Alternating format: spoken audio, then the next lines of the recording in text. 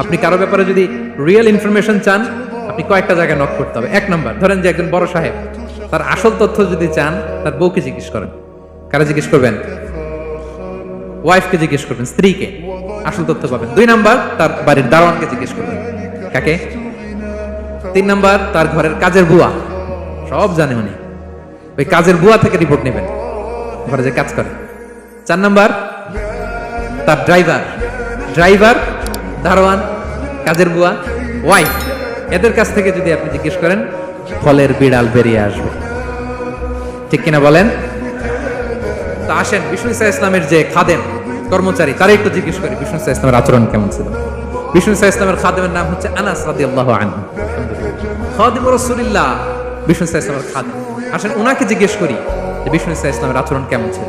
আনাস রাদিয়াল্লাহু তাআলা আনহু বলেন, খাদিমতুন নবিয়্যা 10 সিনিন, আমি বিষ্ণু ইসা ইসলামের 10 বছর খেদমত করেছি, 1-2 বছর না, 10 বছর বিষ্ণু ইসা ইসলামের খেদমতে আমি নিয়োজিত ছিলাম। ফামা ক্বালা লি লিমা সানা'তা ওয়ালা লিমা লা সানা'তা, 10 বছরের মধ্যে একদিনও কখনো বলে না, এ আনাস এটা কেন করলা, এই আনাস এমনটা কেন হলো, এটা কেন করলা না, একদিনের জন্য বলে নাই। কেন এটা করছো, কেন এটা করো নাই, এরকম কোনো প্রশ্ন আমাকে কোনোদিন করে নাই। সুবহানাল্লাহ। আনাস রাদিয়াল্লাহু তাআলা কি ভুল করেন নাই? করছেন। ছোট মানুষ তো, একেবারে ছোট বাচ্চা ছিলেন।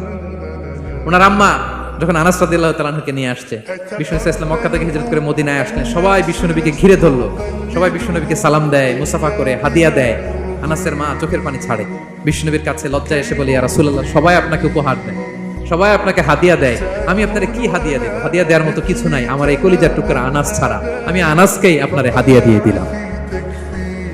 ইয়াখদুমুকা ইয়া রাসূলুল্লাহ, হে নবী, আনাস আপনার খেদমত করবে, আপনার ওযুর পানি এনে দিবে, আপনার মেসওয়াকটা এনে দিবে, আপনার জুব্বাটা এনে দিবে, আমি আমার কলিজার টুকরা, আমার নাড় ছেঁড়া ধন আনাসকেই আপনারে উপহার দিয়ে দিলাম।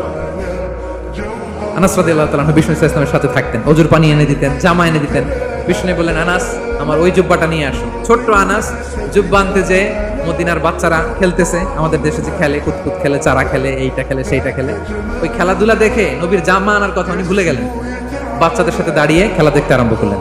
এখন সময় গড়িয়ে অনেক হয়ে গেল, আনাসও আসে না, জুব্বাও আসে না, ঘটনা কি? বিষ্ণু ইসলাম বললেন, যাই নিজের জামা নিজে নিয়ে আসি।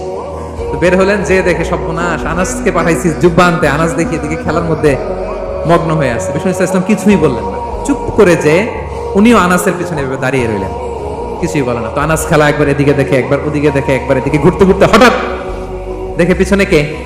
স্বয়ং বিশ্বনবী। আল্লাহ, বিশ্বনবীর দেখে তো আনাস রাদিয়াল্লাহু তাআলার কলিজাটা এখানে চলে আসছে, ভয়, হায় হায় আজকে খবর আছে, হায় হায় আমার না জুব্বা আনতে বলছিল, আমি কি কাজ করলাম, ভয়ে আটকে উঠছে। বিষ্ণু ইসলাম ধমক দেয় নাই, পিট্টি দেয় নাই, কিছু করে নাই, শুধু একটা মুচকি হাসি দিয়েছে। আনাস রাদিয়াল্লাহু তাআলা আনহু বলে, বিশ্বনবীর সেই দিনের মুচকি হাসির শাসন মৃত্যুর আগ পর্যন্ত আমাকে সোজা রাস্তায় রেখেছে, আর ডানে বায়ে করি নাই কোনোদিন।